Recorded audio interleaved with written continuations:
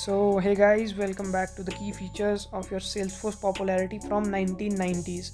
So this was the time when Salesforce was coming into the market, and there were too many big giants like Microsoft Dynamics, Siebel, and SAP already there in the market. So how did Salesforce become so much popular that it is too much ahead in today's scenario as compared to all of these? So first of all, the revolutionary idea for this product to be successful was the cloud-based architecture.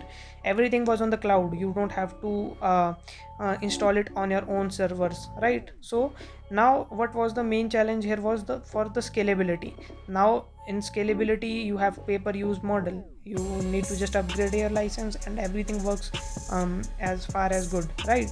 You have a lot of customizations in Salesforce, and what is the key benefit here is Salesforce continue to provide continuous innovation. So let's understand more in our part 3.